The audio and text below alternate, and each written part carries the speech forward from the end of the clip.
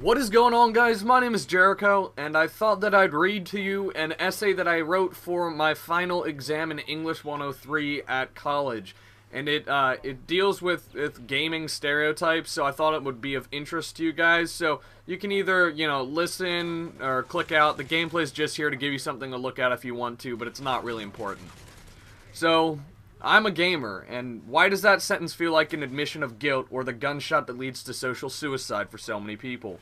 Probably because very few people hesitate to tell me that gaming does nothing for me, that I'm wasting my time talking to strangers online, making worthless money in an online world, becoming socially inept, and that I won't be able to put my video game experience down on a job application.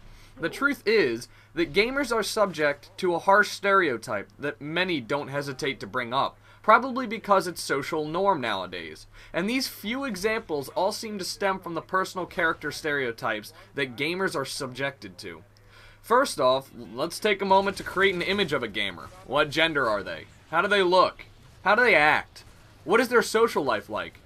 Chances are you probably did that with ease and are ready to continue. But before we do, ask yourself, how do you feel profiling a gamer?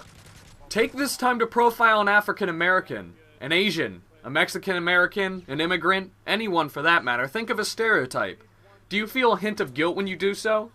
Odds are you didn't feel uncomfortable profiling me, or any other gamer for that matter, so that in itself should say something. My mom used to ask me to get off the computer and do something productive with my time when I was in middle school. I was playing a game called RuneScape about 3 hours a day and on weekends. The thing was that I was doing something productive with my life, I just didn't really know it yet.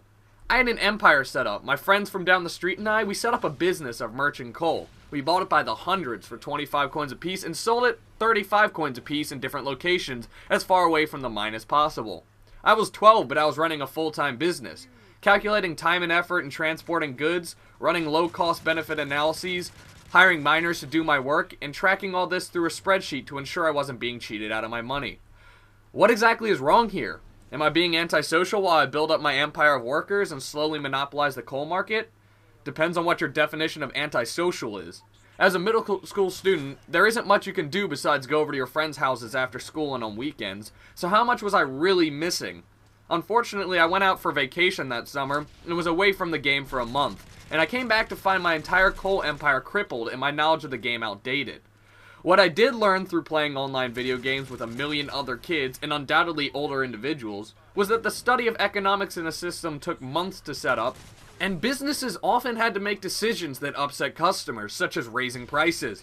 The result of this would be the loss of buyers and an increased risk of competition from those who believed they could set up a system more efficient than mine. After all that time setting up a network of workers, managers, and executive officers, it only took 1 month for me to lose all loyalty and understanding of the system. It would be hard to argue that this game taught me nothing about running a business. I bought my first Xbox when I was in 9th grade. The online aspect that let me play with friends and random people I've met all over the internet, all while talking to them through a microphone. It was at this point when I started to spend the majority of my free time playing video games, be it by myself, with friends over, or by talking with them over Xbox. And about the same time when my parents started throwing around the term addicted. Luckily, I played soccer year-round, was doing very well in school, so there really wasn't much they could hold over my head. Let's take a second to address that statement. My parents were mad at me because I played Xbox so much, even though I had good grades, exercised intensively, almost daily, and was happy. Would my parents be doing this if I were addicted to books or sports? Hell, would they even bring it up if I watched 3 hours of TV every night? What exactly was the issue with me talking to others on a video game platform? The beauty of the internet is your ability to be anonymous, being invisible if you wish. What's the age-old thing that everyone tries to teach their kids, that everyone promotes as a way that humans should function in Western society? You know what it is? It's that one should judge others based on personality, on non-physical attributes, to not see race. What do you believe a friendship forged through voice-only communication does? Am I making real friends online? I met a guy named Skittle on Xbox about 3 years ago. He was an easygoing guy and we got along well. Talked about in-game issues and what we like to play, and soon we were almost playing together every day. Over time we grew closer, started talking about things that happened IRL, or in real life as we'd like to say, and knew each other's friends and family. On Xbox you have a tag that replaces your name, mine being Jericho, so when you choose to let go of that anonymous tag, it's considered a pretty big step. Skittles' name is Mario, but before I knew this, I knew that he lived in Santa Monica. I knew that he was training to be an EMT. His favorite food is In-N-Out Burger, and the entire story of how he ended up getting shot in the leg.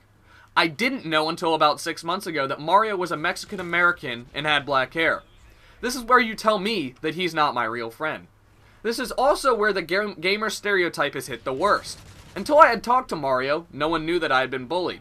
Because we are anonymous, to an extent, we can share details without being judged, without having prejudices, because we don't know the person on the other end looks like, because we can't hold them accountable to a stereotype, because, odds are, we won't meet up.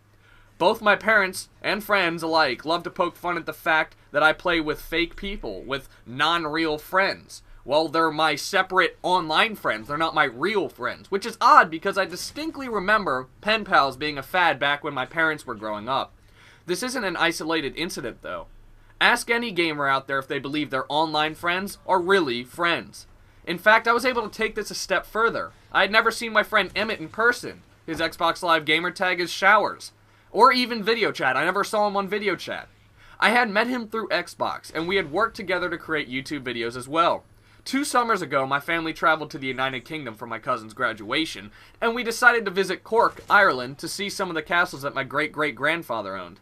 Emmett lives somewhere north of where we were staying, yet he and his friend Chris made the trip down, and what I can only describe as the most interesting hug of the century, we met up and went to watch a few of the World Cup games.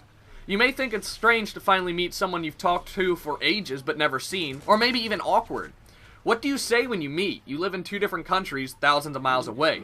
For starters, we continued talking about music and gaming, just like we had left off a few hours before he began driving down, and then proceeded to watch a soccer game unfold while eating dinner. To say that friends made online are not real is an insult to the very thing most people have taught their kids when they were growing up. Real friends, real experiences, and real jobs. About 2 weeks ago, I placed on my LinkedIn professional profile that gaming was one of my special skills, right beside conversational in French. After telling my dad this, he laughed out loud and told me it's probably not a smart thing to put that on a website devoted to job networking. But the reality is that it's a core part of me, that I feel can bring a varied approach to problem solving. Think about it. Managing, marketing, all those things involved in video games.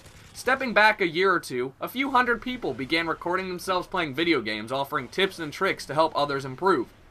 I too hopped on the bandwagon and started uploading videos to YouTube. With the recent addition of advertisements on videos, YouTube has become a full-time job for me, allowing me to profit off of my content based on advertising revenue that my videos produce.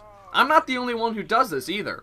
Currently, there's a network of over 2,000 gamers who post their content to YouTube and receive payment for it, arguably hundreds of thousands who do it for free, and millions who watch on their computers and phones every day. Running this video game-driven channel on YouTube has taught me more real-life lessons than I could have found anywhere else, from scheduling, to marketing, to social media, to running a full-time business. Not only that, but with gaming attribute on my profile, actually helped me get a more traditional job with a marketing company. For myself and the hundreds of thousands of gamers eager to run YouTube channels for pure enjoyment, and if lucky, profit, gaming has pushed us to gain real-world experience in a largely harmless environment where there's not much consequence of failure. Really, the only other place you could find this would be in, well, school simulations. With Call of Duty Modern Warfare 3 becoming the largest entertainment release of all time, it's hard to find someone who hasn't heard of it. In fact, Modern Warfare 3 grossed more in 5 days than Avatar the movie did domestically. In just 5 days, $775 million in sales was reported, as compared to the $774 million total gross sales of Avatar. We can't rid stereotypes from society, nor can we argue that there aren't a few people who in fact fit the stereotypes we use. It will take a long time for the social norm to gravitate away from categorizing gamers the way we currently are, but with the recent popularity in video games, eventually those who categorize will stop. So that's my essay. I hope you guys enjoyed it. I thank you guys for watching, especially if you watched all the way through. I know it was a longer video. And finally, I'd just like to say that if you guys could keep the students and faculty and everyone at Virginia Tech in your thoughts because of the recent shootings, that'd be great. You know, I know a couple people will go there, and it's a very difficult time, especially since it's only been 3-4 years since the last shooting. So, you know, we don't want anything bad to come of that, and I just, you know, I'd love it if you guys could keep them in their thoughts and prayers. So thank you guys for watching. My name is Jericho. I hope this this essay has brought light on anything, or at least was interesting, and hopefully you guys will stay tuned for more. Later.